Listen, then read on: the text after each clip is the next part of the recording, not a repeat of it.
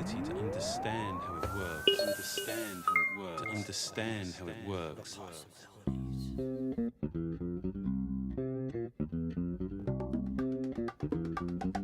Q-tape. Possibilities Network. And 3, 2, 1. Live from Indianapolis, Indiana, this is the iPad Possibility Show with your host, Tim Chapman.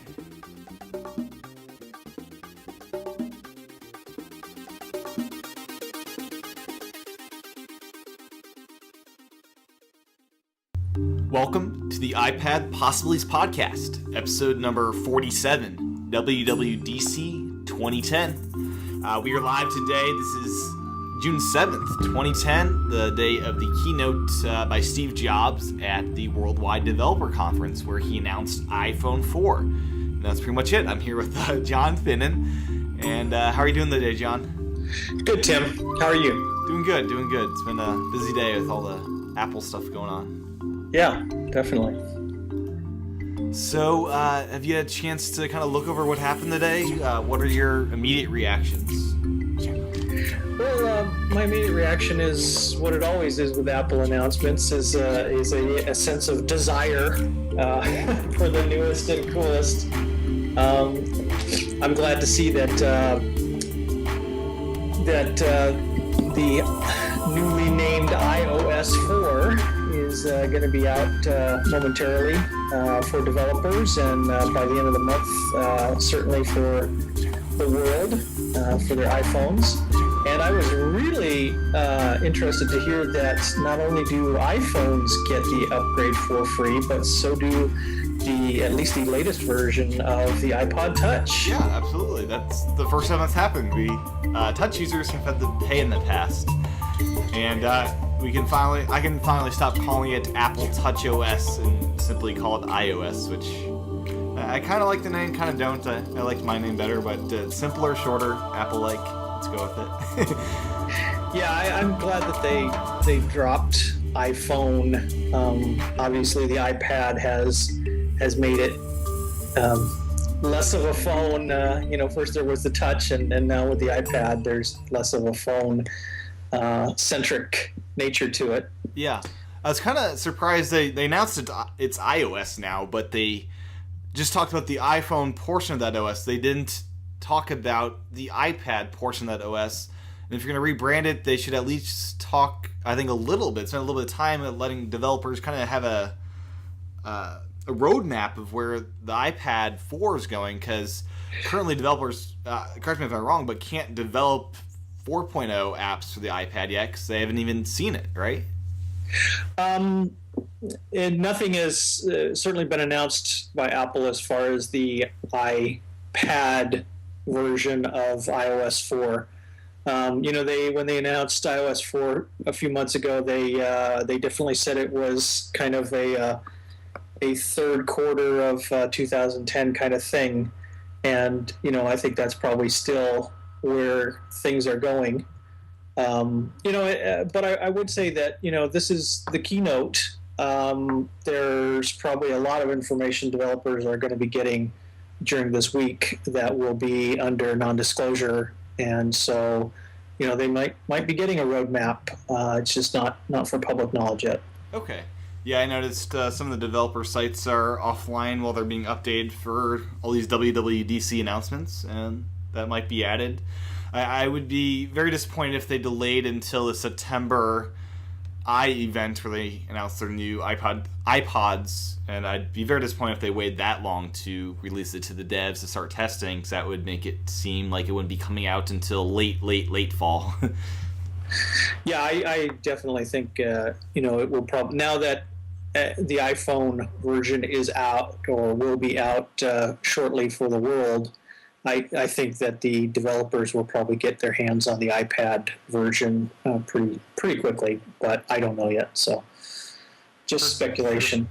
Well, before we get off and running with all this stuff, I wanted to let everyone know, if you don't know already, the full interview that we discussed yesterday is now at the D8 website, so you can watch all 94 minutes of it, and there's a lot of nice little tidbits that got cut out. So it's a nice watch, and if you got nothing else going on, I'd check out that interview, and it's full length now. So with that said, I just kind of wanted to... I took notes as I didn't watch it, but followed the live logs, and I just wanted to kind of go through it with everybody and just do the highlights.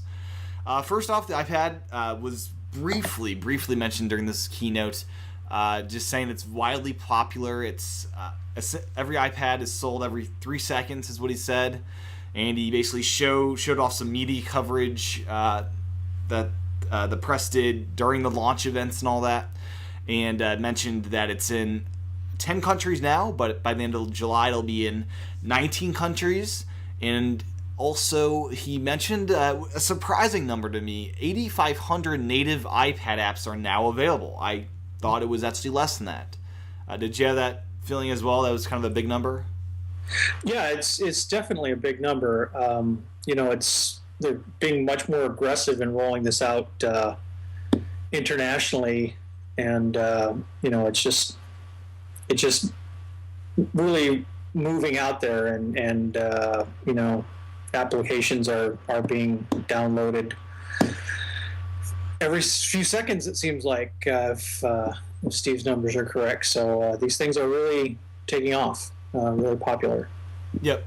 And as far as downloads, 35 million iPad app downloads, averaging out to 17 apps per iPad. And I know I exceed that by quite a bit, so I probably make up for some of those. But on average, 17, which is not a bad number. No, it's a good number because it is an average, and I'm sure that there are a bunch of people that have 2 or 3 apps on their iPad. They're happy with a lot of the built-in apps. They've picked up a couple of other apps, and that's probably where they're going to be. But there's those of us that are far in excess of 17 apps, so yes, we make up for it. Yep. And kind of rounding out the iPad news, it was very brief, as I said. The iPhone, I think, will be interesting I think it'll play into what the iPad will have in its future. But iBooks, we're getting an update with iBooks for both the iPad and the iPhone.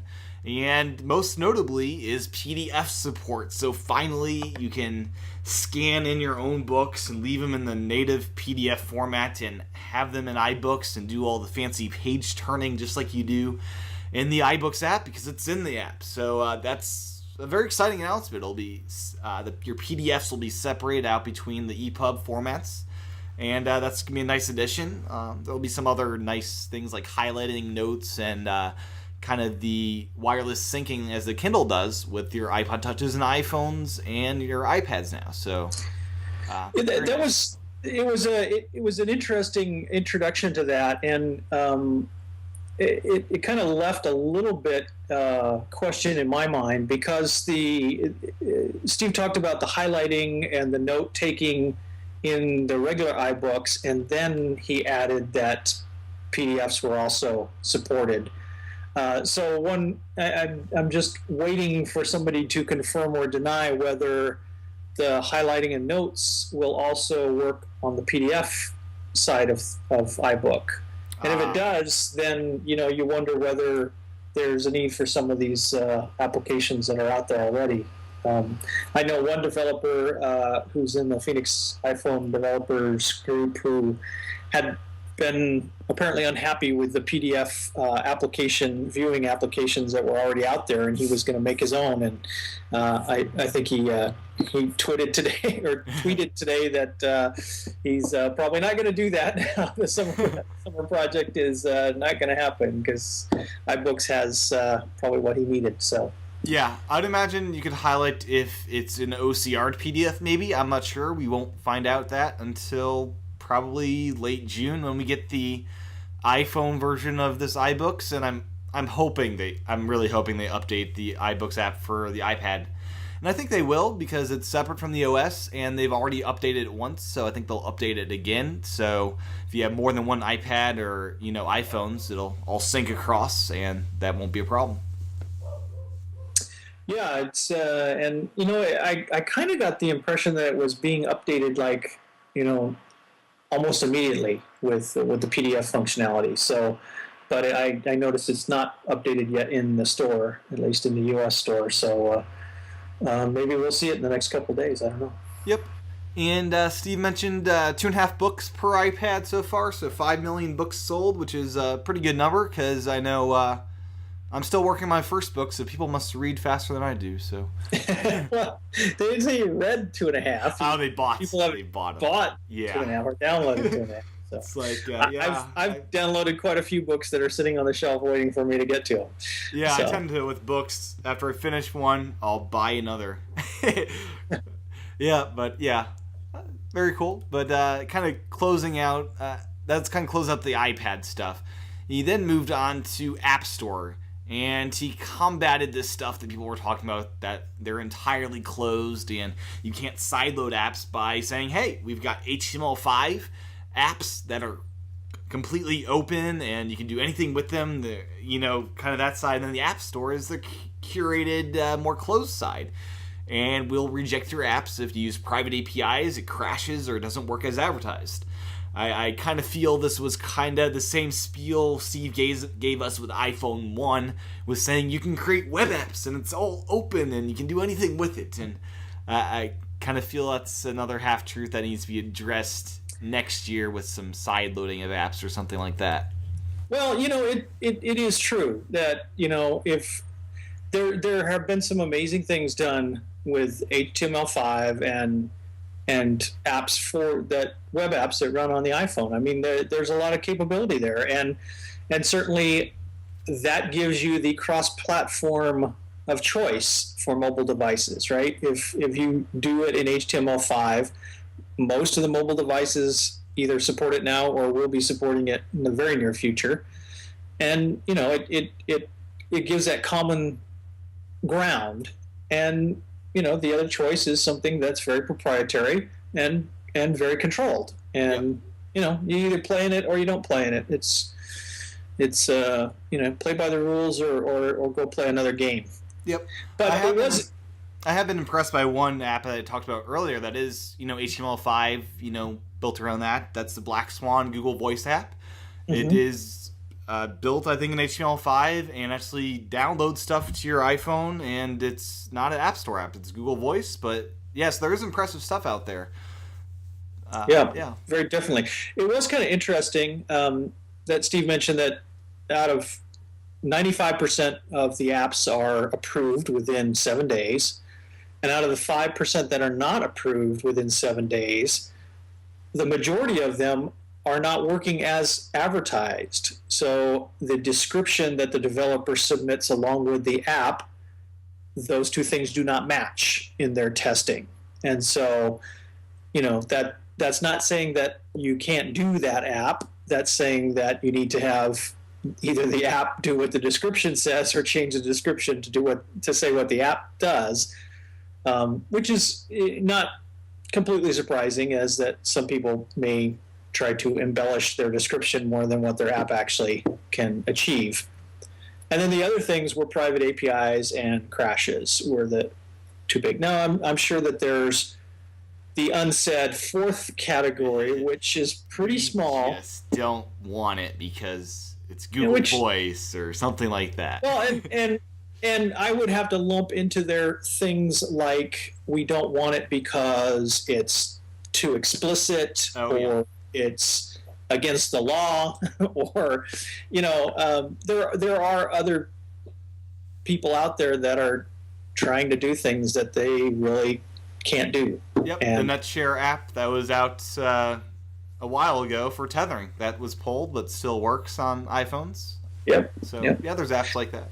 So those are, I believe, very, very few and far between. They tend to get a lot of press because anytime somebody's told they can't do something by Apple, they know that they yell loud enough, they'll get attention. Yep. But Wi-Fi Sync app is a good example. It doesn't break any APIs as I am aware of, but still got rejected. Yeah. So that's the case. So I guess that's it, huh, Tim? That's all the iPad we have. So that's all the iPad stuff. I want to go very quickly through the iPhone stuff because I know there's some people that probably own iPhones or iPod Touches, and this might affect you. And some of the stuff links in the iPads and in bizarre ways, but I think we'll run through it quickly. Well, and indeed, it kind of makes you kind of look toward what the next version of the iPad might be, or the future of some of the software for the iPad. So, oh yeah, definitely. Yeah, so let's roll on through. Okay, so as many people have enjoyed the Netflix app for the iPad, it's now going to be on the iPhone this summer. They did not specify what OS you'll need. I would imagine 4 would be needed, so I imagine the original iPhone will be out of that. So, yeah, Netflix is coming. It should be optimized for the iPhone, so it doesn't drain your battery like that hacked version of the iPad app does. You know, although this was in today's announcement, I would bet that the Netflix will probably work under 3. You think so? I guess the iPad's 3, so. Yeah, I don't see it needing anything that 4 really has. And, you know, we've already heard that somebody's hacked the iPad version to work on the iPhone. Yep. I mean, it's certainly doable on the current OS, and so you know, I would bet that while you know they're probably not going to advertise the thing, it will probably work you know fairly well. They could purposely build it only to work under 4, but it seems like it would be a dumb thing to do. So I would suspect that probably will run at least under 3.13. Yep. And that'll be pretty huge. Netflix is becoming the Kindle of movies, where Kindle syncs across multiple devices, between Kindles, between iPads, computers. Netflix has that now with the iPhone, iPad, Wii, PlayStation 3, Roku. I mean, all sorts of devices. Your laptop, you know. So it's Netflix is kind of getting a monopoly upon movie streaming. So it's very interesting what's shaping up with them. Yes, absolutely. So moving from there, Farmville with Zynga was on stage, and they'll have versions for the iPhone. Okay, that's great. It'll attract more people. I'm a Wii Rule user. I've never used Farmville, but I got hooked on Wii Rule. I'm on level 27, I think now. Yeah. Are you a Farmville guy, John? You know, I have never played Farmville. I've never even looked at Farmville. I'm not a big Facebook person. I do have a page, but I don't do almost anything with it.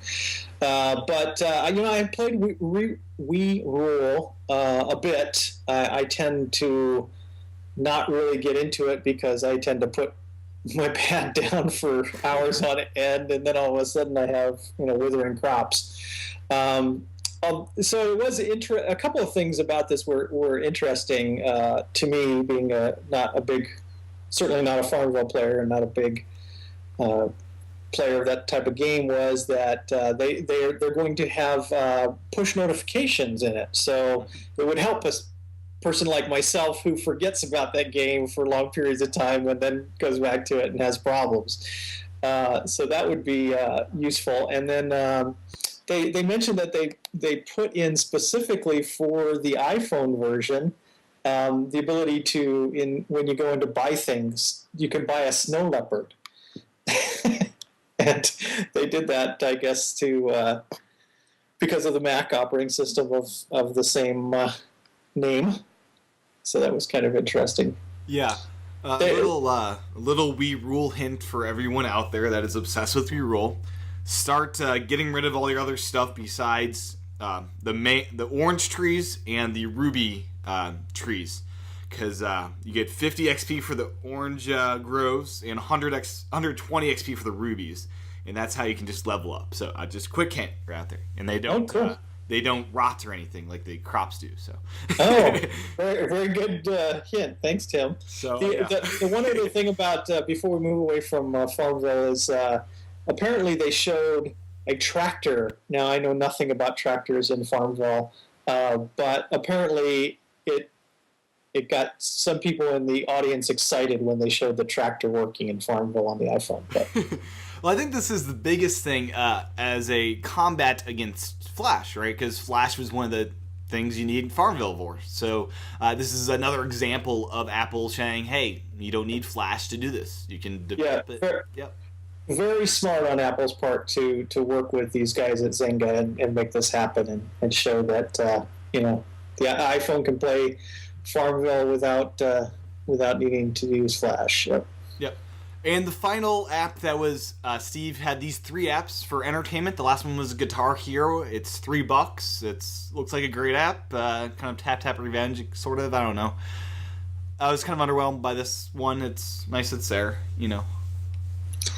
Yeah, I guess I didn't really see any screenshots of how it was played or anything, but I just can't really imagine playing Guitar Hero on a 3.5-inch screen. So, maybe they did amazing things to it, but I think I don't think it's gonna steal people away from the real Guitar Hero game, console games. But it's yet another part of their franchise. So. Yep, absolutely. And kind of rounding out that section of the keynote was 5 billion apps downloaded to date, and the bigger one was $1 billion paid to developers through the App Store, which is a huge number of... That ecosystem's huge now. $1 billion. Wow. Well, it is big, although you have to realize that there are, hundreds of thousands of iPhone developers. So $1 billion across, evenly dispersed across all the developers would not be a whole lot of money. But the interesting thing for me to look at is that, that's saying that if every app was one of these 99-cent apps, we'd only be paying for 1/5 of them with this $1 billion. Granted, there's 30% that Apple keeps, so it's a little more than that. But really, $1 billion paid out of 5 billion apps tells you that there's a lot of free apps. There's probably more than 3 to 1 free apps. So I have a question, John. They announced 1 billion, which means Apple gets 300 million of that. Is that correct? Right. And it launched in 2008, and it's now 2010. Do you think it's cost Apple $300 million to run that server and provide that service, or are they making some money off of this, do you think? I think they're making some money off of it. 300 million is certainly nothing to sneeze at, but it does take a lot of bandwidth. It does take a lot of infrastructure to run the App Store. I mean, with 5 billion apps downloaded, that's a heck of a lot of connectivity going on to make that happen. And and they have people that they're paying to do the app approval process as well as to keep the things going. So it's not free money for Apple in any sense, but I'm sure that they're making some money on it. I would guess that they're probably making similar kind of margin that they do on hardware, if not maybe some more. Hardware they're typically in the 20 to 30% range, which is why they're so successful compared to companies that are making 2% on what they do. But I mean, for a software company, if you just called Apple a software company, they'd be doing very well from.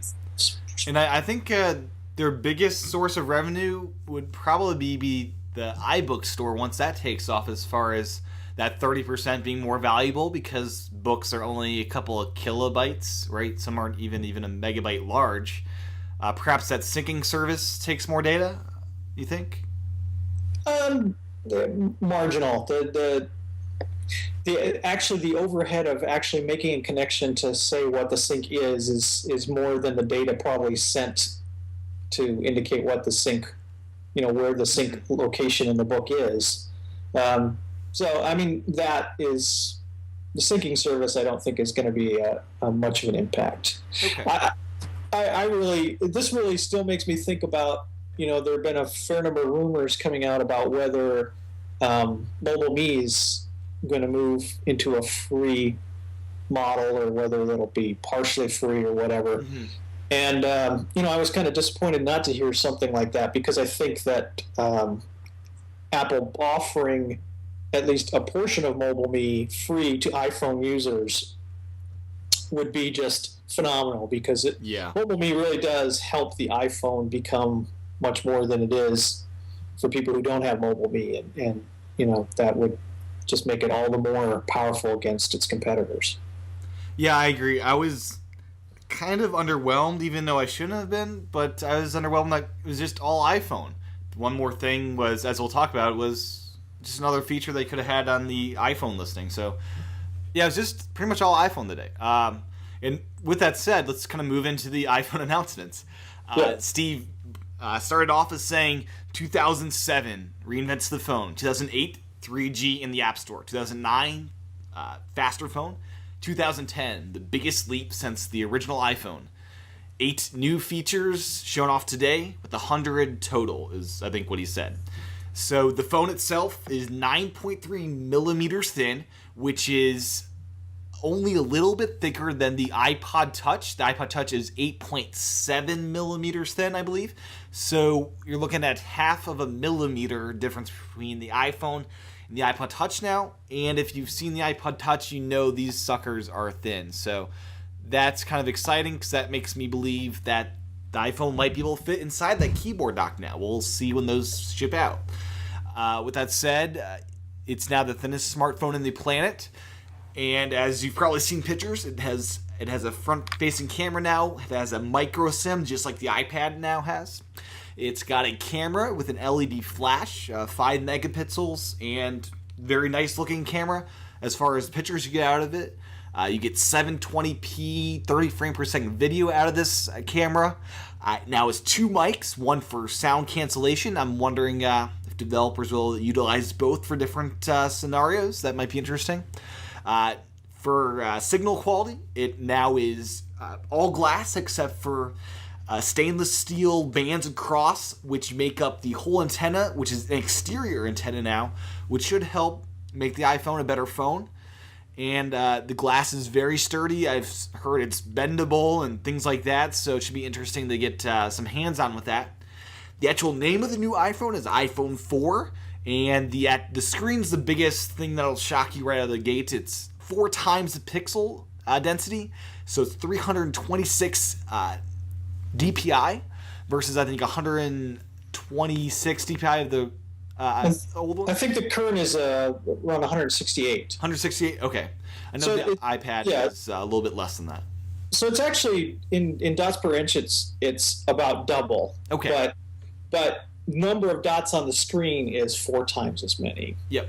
Because you have 2 dimensions, right? Uh-huh. So yeah, and that was pretty. Not only is it great technology, and it's, as Steve said, it's probably more resolution than the eye can interpret. Yeah. And it's interesting to note that the first laser printers were 600 dots per inch. I mean, wow. 300 dots per inch. And so, it's in the realm of the best printing that came out of computers, quite some time ago. But, that was phenomenal when we could get 300 dots per inch out of a printer, and now we have 300 dots per inch on a display. So it's certainly a phenomenal technology.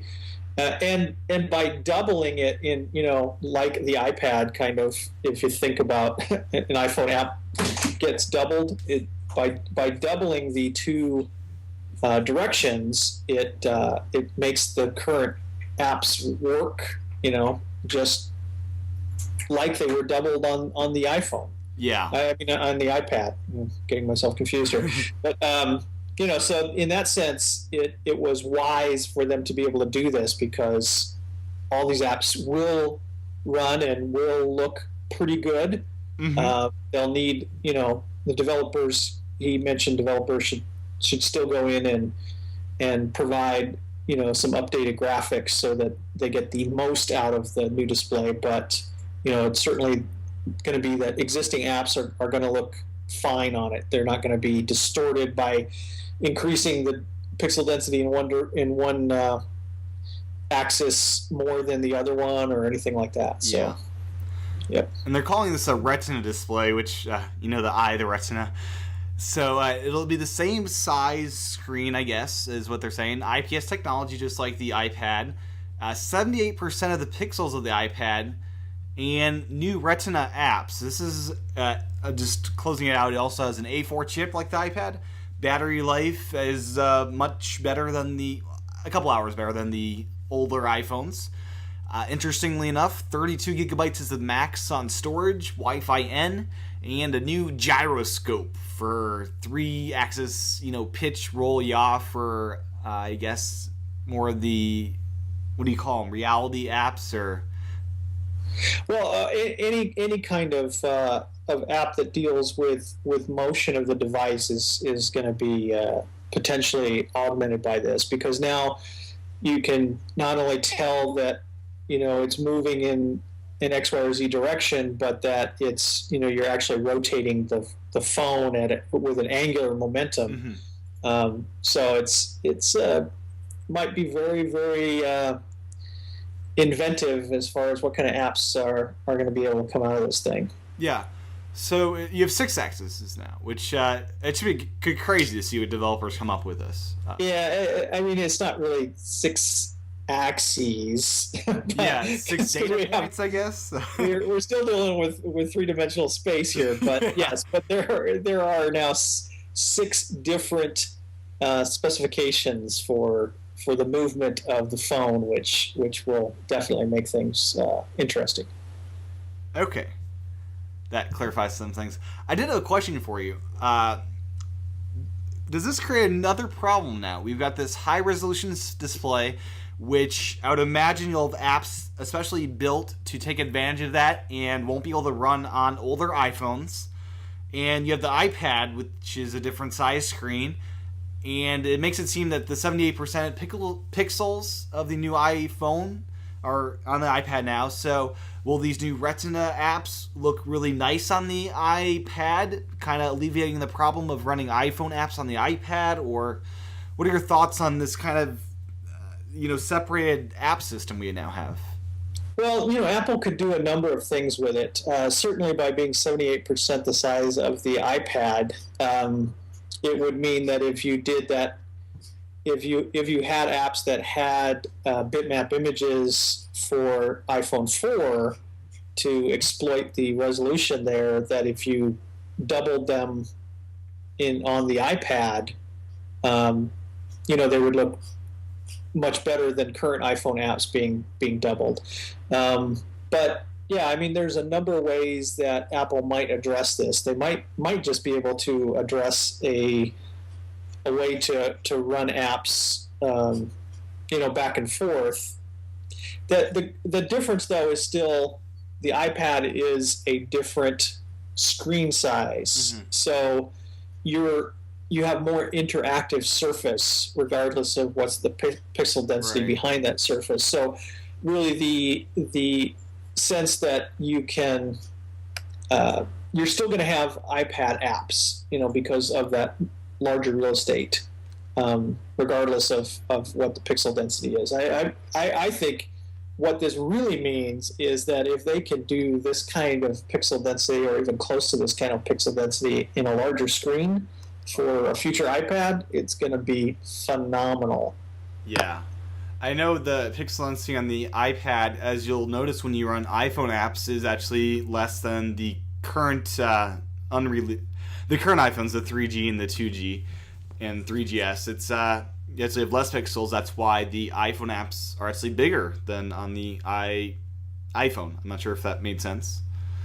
Yeah, the pixel density on the iPad is lower than the current iPhone 3GS by a little bit, not a great deal, but a little bit. And that does mean that when you run an iPhone app, that it physically is larger. If you took a ruler and measured it on the screen versus the iPhone screen, it would be larger because it still needs the same number of dots to make it up, and those dots are not as pressed together as they are on the iPhone screen. So, yeah, I'm very curious about what this means for the next gen. Well, certainly for iOS 4 on the iPad, as well as a future generation iPad. Yeah, because I imagine if they could get those price points for that iPhone, they could probably get price points for a larger screen device such as the iPad for that higher resolution screen. Well, I imagine once they sell 10 million of these iPhone 4s, that the process of making the screens will come down significantly. That's true as well. Yeah. So, kind of moving away from the actual device itself to the more interesting part is the software, and the big one here is iMovie for the iPhone. And I saw this, and I've been playing around with Real Director, and Real Director is a great movie editor for the iPhone and iPad, and they look very similar. I think this one will probably be better and kind of kick Real Director, out of the... it's... Well, I think they're a little different thing. I mean, iMovie is for making a movie presentation with titles and everything. Mm-hmm. I'm not sure. Does Real Director support that, or is it more? It does. It's basically an iMovie HD clone. This might be an iMovie 09 clone, so it might be a different market, but very close market. And I think the Real Director makers will probably price it lower than $7 once this is out. Yeah. But what we kind of brushed over a little bit, not that most of the listeners don't already know this, but the iPhone, besides having a 5-megapixel camera with an LED flash, also has a front side lower resolution camera. So you have a camera on either side of the phone. But it also, the 5-megapixel camera does 720p up to 30 frames per second. So, which is very impressive. You could very good stuff. So you can really, obviously you're not trying to replace a regular video camera with this, but the point is, if you have it with you, you can now take some decent videos, and edit them right on the spot. Exactly. Yeah. I was kind of hoping they'd show off if they're doing iPad iMovie, right? It's kind of leaves me wondering: are they going to create an iMovie version of iPad for the iPad? Are they going to create a GarageBand for the iPad since they're already starting down this iLife suite for the iPhone? Will they start? A lot of questions to be answered. I think this hints that they might actually start making more creation tools to enable iPhone or iPad users to create on these devices. Yeah, I think they will be. It makes a lot of sense, even though you can't make the pictures or videos on the iPad currently, at least. It would make a lot of sense to allow somebody to do some serious larger screen editing, trying to do some precise selecting of a video image with your finger on a 3.5-inch screen is going to be very difficult versus doing it on an iPad screen. So, yeah, definitely. And I think that camera connection kit and the external keyboards are there for a reason. You're able to get stuff into this device just like you can laptops, and you can edit movies that way, you can edit photos that way, you can record audio, and we just need some good software to do all of that.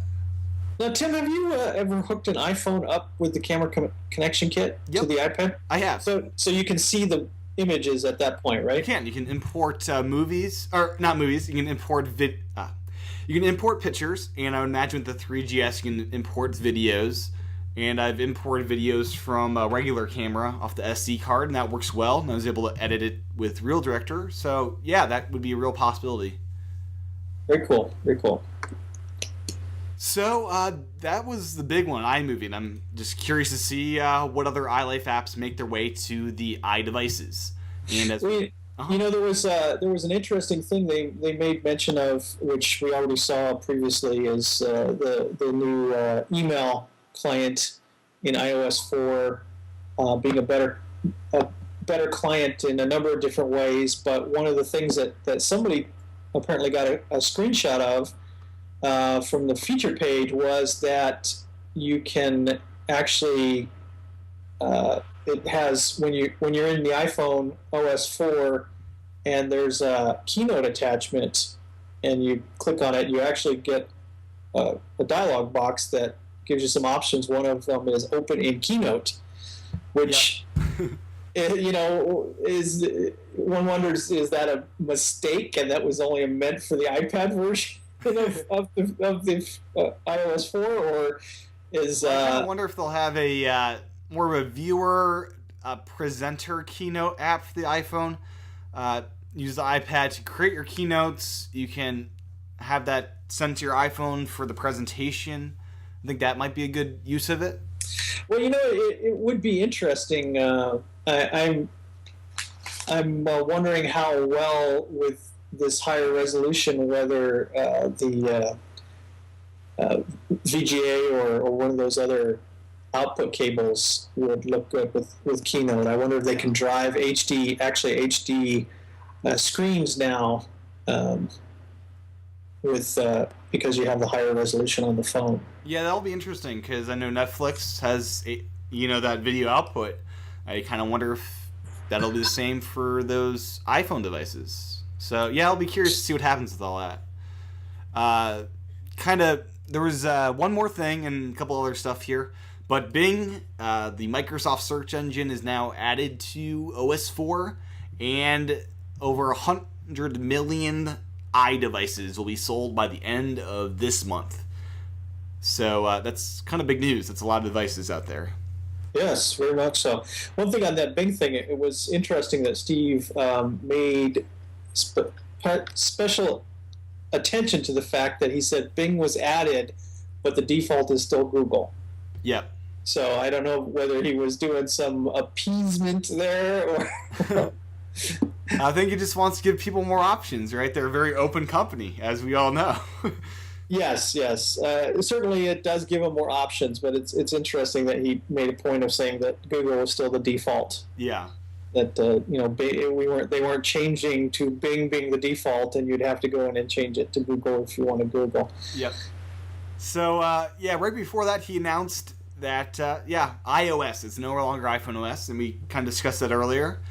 And from there, he did the one more thing, which I think they should have done a different one more thing that was outside of the iPhone. That just bugged me. It's like, come on, we already knew you were going to announce this. And that was video chat, what they call FaceTime.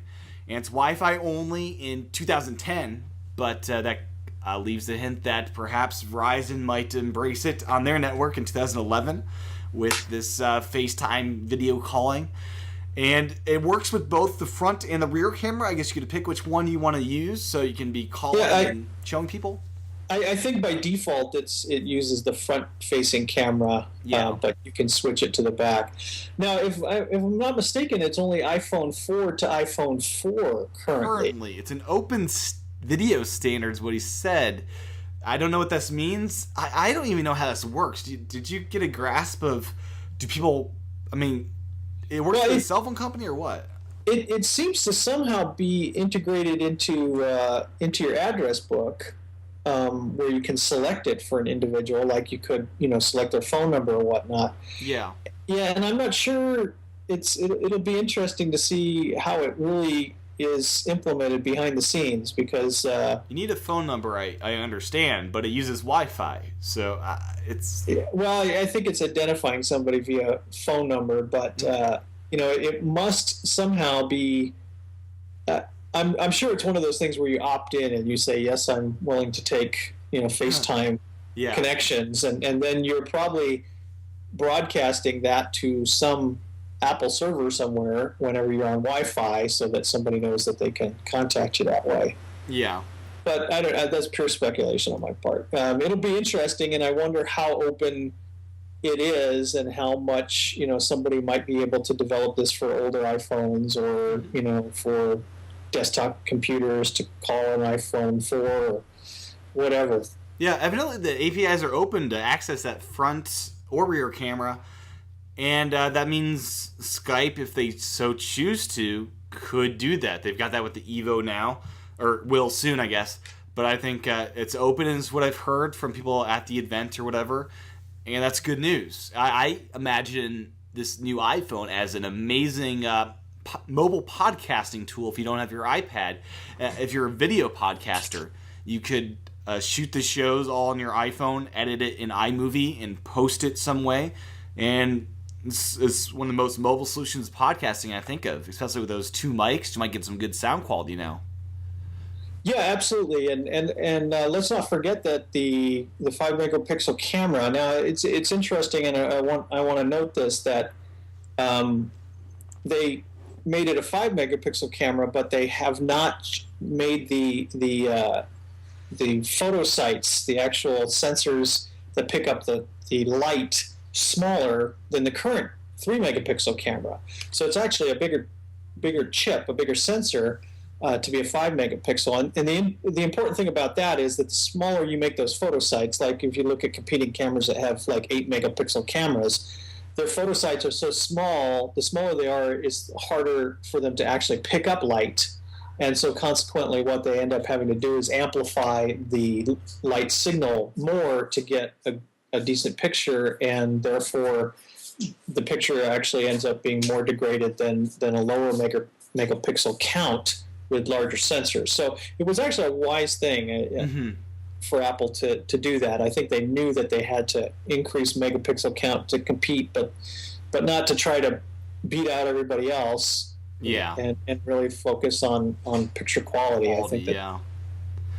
So yeah, video chat should be interesting. I think the iPhone is kind of the one device that can kind of say, yeah, we're now in the age where people call people with video. So I think it should be interesting. I'm more interested to see what kind of applications come out of this as developers utilize that front camera.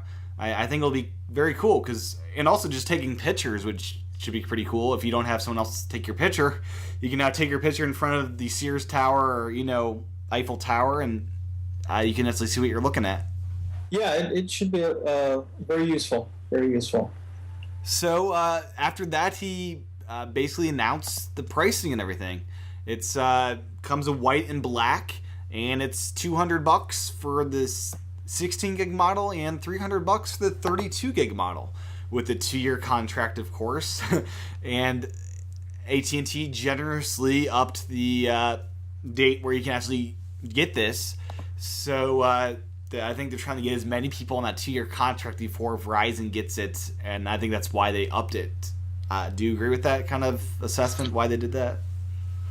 Well, yeah, I think that this does kind of point to, is there something in the wings later in the year that, AT&T doesn't want people waiting too long to pick up one of these phones and keep them for another 2 years. I don't think AT&T typically does anything out of the goodness of their heart. I agree. Yes. Nothing wrong with that. They're a business. They're there for profit. But it does kind of make you think. Well, maybe there is something later in the year that might make people who haven't upgraded to the new thing and gotten stuck with another 2-year contract have look in other directions. Yep, and it's very clear why they got rid of the unlimited data with all this stuff. Jailbreakers probably getting past this Wi-Fi only restriction with video calling, Netflix, and just all this stuff.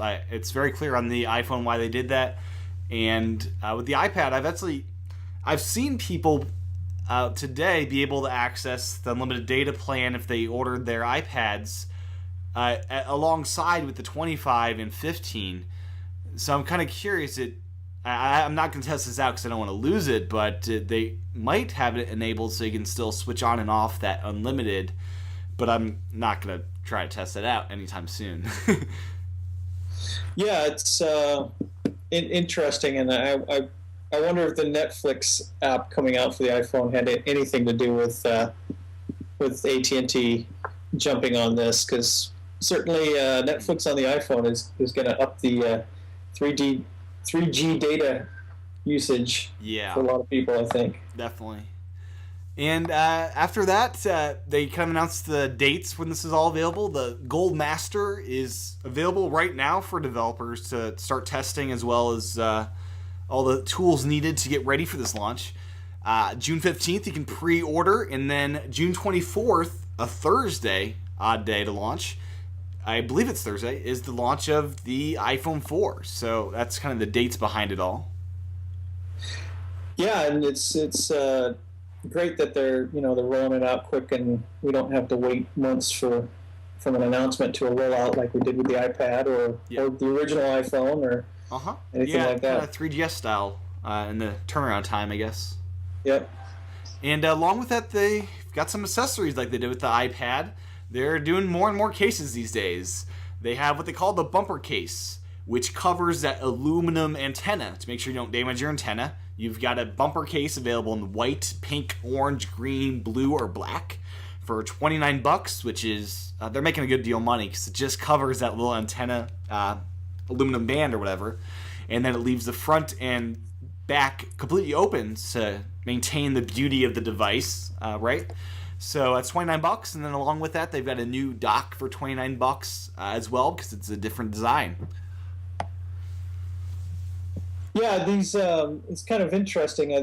They made quite a lot of emphasis on how sturdy the glass is on both the front and the back, and obviously they always care about aesthetics, and if they can keep people from messing with the aesthetics, maybe they'll be happy.